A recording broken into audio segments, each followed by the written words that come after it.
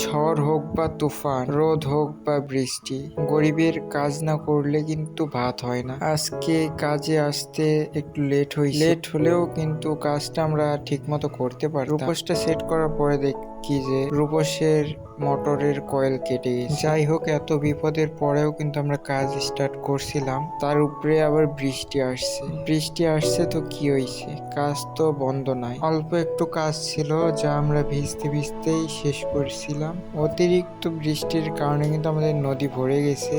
আর এটা হচ্ছে আমাদের সতীহাট, যেখানে কিন্তু আমরা কাজ শেষ করে আসছি, এখন একটু বাজার করতে। দয়া করে চ্যানেলটিকে সাবস্ক্রাইব করে পাশে থাকা বেল আইকন ক্লিক করেন।